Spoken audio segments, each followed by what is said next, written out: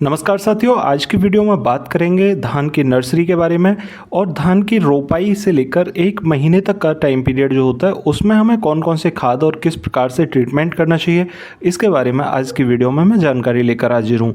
साथियों, सबसे पहले जानेंगे कि धान की नर्सरी की तैयारियाँ करते समय हमें किन किन बातों का विशेषकर ध्यान रखना चाहिए, खाद कौन से लगाई जानी चाहिए। सबसे पहले जानते हैं कि धान की नर्सरी के लिए एरिया कितना लेना है। तो 5 किलोग्राम धान की नर्सरी की बिजाई करने के लिए आपको 3 कदम चौड़ाई, लगभग 1 2 3 कदम चौड़ाई जो होगी ये लगभग 3 मीटर होगी और 5 कदम लंबाई, आप लगभग 5 मीटर लंबाई ले लें तो 3 बाई 5 का एरिया 5 किलोग्राम धान के लिए सफिशिएंट रहता है। इतना एरिया आपके लिए बहुत अच्छा रहेगा। साथियों, अगर आप धान की बिजाई 50 किलो 100 किलो या उससे भी ज़्यादा करना चाहते हैं तो एरिया आप इस हिसाब से मल्टीप्लाई करके कैलकुलेट कर सकते हैं। यहाँ पर आपकी जो क्यारी है उसे आप समतल कर लीजिए और समतल करने के बाद में सबसे पहला काम रहता है हमारा खादों की तैयारी के बारे में। अगर आपके पास में गोबर की सड़ी गली खाद उपलब्ध है तो उसको आप क्यारी समतल करते समय ज़रूर बुरकाव कर दें और मिट्टी में अच्छे से उसे मिक्स कर लें। यदि आपकी गोबर की खाद सड़ी गली नहीं है तो उसका बुरकाव करना आपके लिए ज़्यादा सही नहीं रहेगा। आप सिर्फ सड़ी गली खाद को ही बुरकाव के माध्यम से यूज़ करें। अब बात करते हैं यहाँ पर कि हमें कौन कौन से रासायनिक खादों की ज़रूरत पड़ेगी। यहाँ पर यूरिया खाद अगर आप 10 किलोग्राम धान ले रहे हैं तो उसके लिए 5 किलोग्राम यूरिया खाद और 5 किलोग्राम डीएपी मिक्स कर लें। उसमें आप ह्यूमिक एसिड 500 ग्राम भी डाल सकते हैं, ये आपके लिए बहुत अच्छा रहेगा। और इस खाद को आप 2 हिस्सों में बराबर बांट लें। 2 हिस्से में बराबर बांटना इसलिए ज़रूरी होता है कि जब हम पाटा लगाते हैं तो पाटा लगाने से पहले आप आधे खाद का बुरकाव कर दें पानी लगाने के बाद। जैसे आप यहाँ पर देख पा रहे हैं क्यारी में पानी आ गया है और पानी भरने पर हम आधे खाद का बुरकाव कर देते हैं। आधा खाद बुरकाव करना यहाँ पर इसलिए ज़रूरी होता है कि जब हम पाटा लगाते हैं तो कुछ खाद हमारा मिट्टी के नीचे दब जाता है और मिट्टी के नीचे दबने के बाद जब हम नर्सरी की बिजाई करते हैं तो बिजाई करते समय धान की जो जड़ें होती हैं वो बहुत छोटी होती हैं और जब हम पाटा लगाने के बाद में बुरकाव करते हैं तो वो खाद हमारा मिट्टी के ऊपर नॉर्मल जो नम सतह होती है उस पर जम जाता है और वो पौधे की छोटी जड़ों को बहुत अच्छे से पोषक तत्व देना प्रारंभ कर देता है जब से जड़ों को ज़रूरत होती है। तो यहाँ पर देख लेते हैं कि जर्मिनेशन कैसा हुआ है। तो देखिए, धान के जर्मिनेशन के लिए आप अपने धान का ट्रीटमेंट करें और धान को पानी में लगभग 12 घंटे तक ज़रूर फुला के रखें। 12 घंटे तक भिगाने के बाद में आप उसे 12 घंटे के लिए ही हल्का गीला करके रखें। 24 घंटे में आपको थोड़ा सा धान फूला हुआ नजर आने लगेगा और अगर 36 घंटे रोक देते हैं तो आपका अंकुरण इस टाइप का वहां पर दिखाई देने लगेगा। साथियों, अंकुरण को ज़्यादा बड़ा करना हमारे लिए ठीक नहीं होता क्योंकि अभी ग्रीष्म ऋतु का समय है, लू चल रही है, तो यहाँ पर जड़ें पौधे की सूख जाती हैं और पौधे की जड़ें सूखने से हमारा जो जर्मिनेशन है वो कम रेशो में दिखाई देता है। साथियों, यहाँ ह्यूमिक एसिड को आप देख पा रहे होंगे, ह्यूमिक एसिड पानी के ऊपर तैर गया है और ये पानी के ऊपर आने की वजह से जो ऊपर वाली जो सतह होगी उस सतह पर पड़े हुए न्यूट्रल खादों को भी एक्टिवेट करने का काम करेगा और पौधे की जड़ों को तुरंत ये यहाँ पर खाद देने का या पोषक देने का काम करेगा। साथियों, जब हम शुरुआती फेज में इतने खाद का बुरकाव कर देते हैं और पाटा लगाने के बाद धान में छिड़काव करते हैं तो छिड़काव करने के बाद मात्र 24 घंटे के अंदर या 36 घंटे लास्ट इसके अंदर प्रीटिला क्लोर का एक छिड़काव हमें कर देना चाहिए धान की नर्सरी में। इससे हमारे खरपतवारों को न्यूट्रल करने में काफ़ी मदद मिलती है। साथियों, कभी भी आप देख लें कि धान का जर्मिनेशन होने के बाद और नर्सरी बड़ी होने के बाद स्प्रे के माध्यम से खरपतवार को ख़त्म करने के लिए दवाएं ना लगाएं। इससे आपके धान की नर्सरी काफ़ी हद तक प्रभावित होती है, पौधे की ग्रोथ रुक जाती है और पौधे में फंगस आने के चांसेस बढ़ जाते हैं और नर्सरी आपकी बीमारू नर्सरी बन जाती है। यहाँ पर आपको क्या करना होगा, ये खाद लगने के बाद कुछ नहीं करना है। 12 दिन तक आप सिर्फ पानी का ध्यान रखें, विशेष ध्यान रखें और 12 दिन तक आप देखेंगे कि लगभग 4 आंगुर से भी बड़ी आपकी नर्सरी तैयार हो चुकी होगी और पौधा हल्का सा पीलापन पर नज़र आने लगता है क्योंकि हमने शुरुआती जो खाद दिए होते हैं उनका असर 12 दिन तक पौधे एब्जॉर्ब करते रहते हैं। अब हमें एक हल्का खाद देने की ज़रूरत पड़ती है। उसके लिए हमें 3 किलोग्राम सरसों की खली लेनी होगी। अगर हम 10 किलोग्राम धान लगा रहे हैं तो उसके लिए 3 किलोग्राम सरसों की खली और उसके साथ में हमें ह्यूमिक एसिड मिक्स करना है। यहाँ पर 500 ग्राम हो तो काफ़ी है, अगर 250 ग्राम है तो वो भी काफ़ी रहेगा, उसमें कोई दिक्कत नहीं आएगी। साथियों, यहाँ पर 3 किलोग्राम यूरिया खाद भी हमें सरसों की खली के साथ मिक्स करना होगा। उसे पानी के साथ फुला दें और बहुत सारे किसान साथियों ने टोटी की मदद से खादों को चलाया है। तो तो टोटी के ज़रिए से ही पानी के साथ में इन खादों को चला दें। 12 दिन पर खाद चलने के बाद आप देखेंगे पौधे में आप क्लोरोफिल की मात्रा बढ़ने लगेगी, पत्तियों का हरापन बढ़ जाएगा और पौधे में ग्रोथ आएगी। दूसरा, मिट्टी का भुरभुरापन बढ़ेगा, पौधे की जड़ों का विकास होने से पत्तियों में पौधे के तनों में फुटाव भी आपको दिखाई देने लगेगा। साथियों, नर्सरी आपकी बहुत अच्छी चलेगी। आपको लगता है कि हमारी नर्सरी सही नहीं चल रही है तो आप यहाँ पर थोड़ा सा एक दूसरा ट्रीटमेंट कर सकते हैं। 18 से 20 दिन के समय पर 18-19 दिन पर आपको यहाँ पर थोड़ा सा फर्टेरा लेना है और फर्टेरा लेने के साथ में उसमें जिंक सल्फेट और यहाँ पर फेरस सल्फेट मिक्स कर लें। इसके साथ में यूरिया खाद मात्र आपको 2 से 2.5 किलोग्राम, मैक्सिमम 3 किलोग्राम 10 किलो धान की नर्सरी के लिए लेना है और उसमें इसे मिला के बुरकाव कर देना है। बुरकाव करके आप पानी लगा दीजिए। आप यकीन मानिए आपके खेत में यही बूस्टर का काम करेगा और आपका लगभग 22 से 25 दिन में नर्सरी तैयार हो जाएगी रोपाई के लिए बिल्कुल। और जिस टाइप की नर्सरी यहाँ पर देख पा रहे हैं उस टाइप के पौधे फुटाव करके बिल्कुल स्वस्थ होंगे और ये नर्सरी को तैयार करने का सबसे अच्छा तरीका होता है। अब बहुत सारे किसान साथी कहना चाहते हैं कि नर्सरी तो हमारी तैयार हो गई, अब खेत में हमें शुरुआती अवस्था में किस टाइप से तैयारियां करनी चाहिए।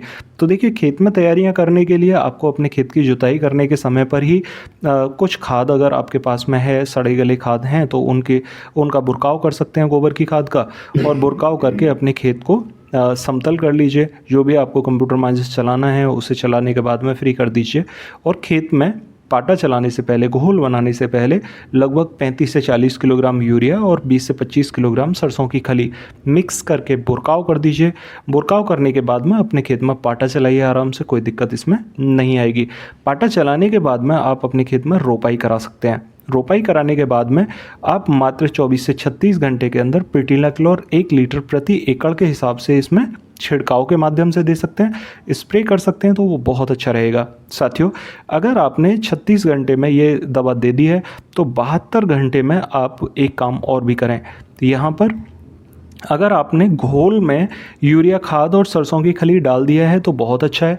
अगर नहीं डाला है 1% तो आपको 72 घंटे में ज़रूर लगाना होगा। क्या, यहाँ पर आपको 1 बैग यूरिया खाद, उसके साथ में सरसों की खली लगभग 20 किलोग्राम और 20 किलोग्राम DAP के साथ में 500 ग्राम ह्यूमिक एसिड को मिक्स करके आप 72 घंटे के अंदर बुरकाव कर दीजिए। ये आपके लिए बहुत अच्छा रहेगा। अगर आप 1% 72 घंटे के अंदर भी नहीं दे पाते हैं तो आपको 8 दिन में तो ज़रूर करना होगा। 8 दिन में क्या करना होगा? 8 दिन के अंदर आपको खाद देने होंगे। यूरिया खाद 1 बैग और DAP यहाँ पर 20 किलोग्राम तो ज़रूरी है। उसके साथ में आप यहाँ पर ह्यूमिक एसिड 1 किलोग्राम प्रति एकड़ के हिसाब से बुरकाव ज़रूर कर दें। अगर आप 8 दिन में ट्रीटमेंट कर देते हैं तो आपका पौधा स्वस्थ रहेगा। ये 72 घंटे में देना इसलिए भी ज़रूरी होता है क्योंकि मिट्टी में जड़ें पौधे की विकसित होने लगती हैं और क्राउन रूट्स निकलने लगती हैं, तो उस पौधे को शुरुआती अवस्था में बहुत ज़्यादा खाद की ज़रूरत होती है, पोषक तत्व की जब ज़रूरत होती है तो हमारी मिट्टी में वो पोषक तत्व अवेलेबल होना चाहिए। अगर पोषक तत्व की उपलब्धता नहीं है मिट्टी के अंदर तो हमारे पौधों को उतना स्वस्थ पोषण न मिलने के कारण पौधों में रोग प्रतिरोधक क्षमता नहीं रहती और रोग यहाँ पर हमारे पौधे को ग्रसित कर देते हैं।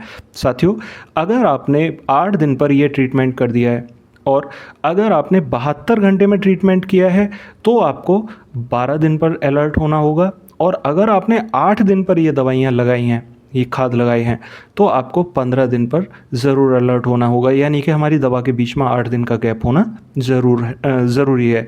साथियों, 8 दिन पर दवाएं लगने के बाद हमें लगभग 12 दिन पर अपने खेत में कुछ पौधे छुट-पुट बकानी के हो सकता है दिखाई देने लगें, और हमारे खेत में अगर दीमक के आसार हैं, दीमक की संभावना है, तो वहाँ पर पौधे थोड़े से उखटे हुए नज़र आने लगेंगे।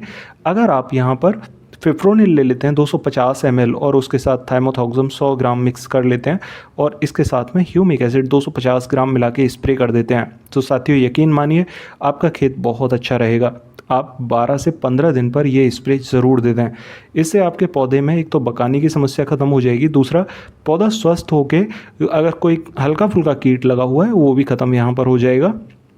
फिप्रोनिल लगने के बाद में पौधे के अंदर ऑटोमेटिक ही प्रकाश संश्लेषण की क्रिया से बनने वाले भोजन बहुत तेज़ी से बनते हैं और पौधे में क्लोरोफिल की मात्रा यानी हरापन बढ़ जाता है। जैसा कि आप यहाँ पर देख पा रहे हो, तो यहाँ पर स्प्रे किए हुए मात्र 3 से 4 दिन हुए हैं और पौधा कितना स्वस्थ दिखाई दे रहा है, फुटाव करने के लिए बिल्कुल तैयार है। तो साथियों 15 दिन पर अगर आप स्प्रे कर देते हैं तो 18 से 20 दिन पर आप दूसरा डोज ज़रूर लगा दें, क्योंकि आपने 8 दिन पर पहला डोज लगाया था और दूसरा डोज यहाँ पर आप 18 दिन पर लगाएंगे, यानी 10 दिन के गैप के बाद, तो ये बढ़िया रहेगा। साथियों यहाँ पर दूसरे डोज के अंदर आपको क्या लगाना है, यूरिया खाद ले लीजिए 35 किलोग्राम, और इसके साथ में डीएपी अगर आपने 20 किलोग्राम पहले डाल दी है तो यहाँ पर आपको ह्यूमिक एसिड लगभग 1 किलोग्राम प्रति एकड़ के हिसाब से डालनी है। और यहाँ पर आप एक या तो फर्टेरा की थैली लगा सकते हैं, यानी कि 4 किलोग्राम फर्टेरा आप दूसरे डोज में डाल दीजिए। इससे क्या फ़ायदा होगा कि हमारे पौधे में लगने वाले तना छेदक जो कि लगभग 22 से 25 दिन पर आ जाते हैं, उसकी रोकथाम बहुत अच्छी हो जाएगी। आप यहाँ पर फर्टेरा के एक पैकेट को यूरिया खाद के साथ मिला के बुरकाव कर दीजिए दूसरे खाद में, जो कि लगभग 18 से 20 दिन पर होगा। और दूसरे खाद को लगने के बाद आपको तीसरे खाद का जो ट्रीटमेंट करना है वो करना होगा लगभग 28 दिन पर।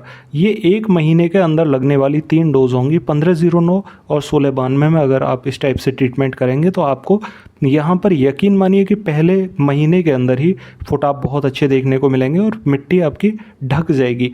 जितना जल्दी मिट्टी ढक जाएगी, पानी सोखने की जो क्षमता है वो थोड़ी सी कम रहेगी और पौधे खेत में पानी भरने की वजह से आपके पौधे स्वस्थ रहेंगे। साथियों आप यहाँ पर 28 दिन पर क्या लगाएंगे, यूरिया खाद लेना है आपको 35 किलोग्राम प्रति एकड़ के हिसाब से, उसके साथ में फेरस सल्फेट यानी हरा कसिस लेना है 5 से 6 किलोग्राम प्रति एकड़, और चूना आपको 10 किलोग्राम प्रति एकड़ के हिसाब से लेना होगा। और इन तीनों को मिला के आप बुरकाव कर दें। साथियों इससे आपको ज़बरदस्त रिजल्ट देखने को मिलेगा। कुछ मेरे भाई बंधु यहाँ पर कहना चाहते हैं कि अगर हमने जो तीसरा वाला खाद है वो 18 दिन की अवस्था में लगाना है, या फटेरा हम नहीं लगाना चाहते, या हमारी कॉस्टिंग बढ़ेगी, वो कम करने के लिए हमें क्या करना चाहिए, या हमारे खेत में ओक्टा या दीमक जैसी समस्याएँ दिखाई दे रही हैं और स्प्रे हम नहीं कर पाए हैं, तो हमें क्या करना होगा। हमें जो 28 दिन वाला खाद है वो 18 दिन पर लगाना होगा। इसके लिए हमें फेरस सल्फेट यहाँ पर हरा कसिस 6 किलोग्राम लेना होगा, चूना हमें 10 से 12 किलोग्राम प्रति एकड़ के हिसाब से, ह्यूमिक एसिड 1 किलोग्राम प्रति एकड़ के हिसाब से, और यूरिया खाद यहाँ पर 35 किलोग्राम के साथ में मिला के बुरकाव करना होगा। ऐसा क्यों करना है, देखिए दीमक जो लग जाती है पौधे के अंदर तो उसे कंट्रोल करने के लिए चूना बहुत अच्छा काम करता है। दूसरा, ह्यूमिक एसिड आपके पौधे में क्लोरोफिल की मात्रा बढ़ाने के साथ साथ पौधे की जड़ों का विकास तेज़ी से करता है और पौधे में फुटाव लाने में भी सहायक होता है। साथियों यहाँ पर फेरस सल्फेट यानी हरा कसिस आपके प्रकाश संश्लेषण क्रिया को मजबूती से बढ़ाता है और उसमें पौधे के जो ग्रोथ रेट है उसमें ज़बरदस्त उबाल देखने को मिलता है। साथियों इस टाइप से अगर हम ट्रीटमेंट 18 दिन पर कर देते हैं तो ये ट्रीटमेंट हमारे लिए बेटर रहता है। यदि हमने 15 दिन पर स्प्रे नहीं किया है और 18 दिन पर हम फटेरा नहीं लगाना चाहते हैं, ठीक है, इसके अंदर आप यहाँ पर नीला तोता यदि 2 किलोग्राम मिला के लगा देंगे 18 दिन पर तो ये और भी बेहतर रिजल्ट आपको देगा। साथियों आशा करता हूँ आप मेरी बात समझ पाए होंगे और पहले 30 दिन तक का ट्रीटमेंट यहाँ पर सही से कर पाओगे।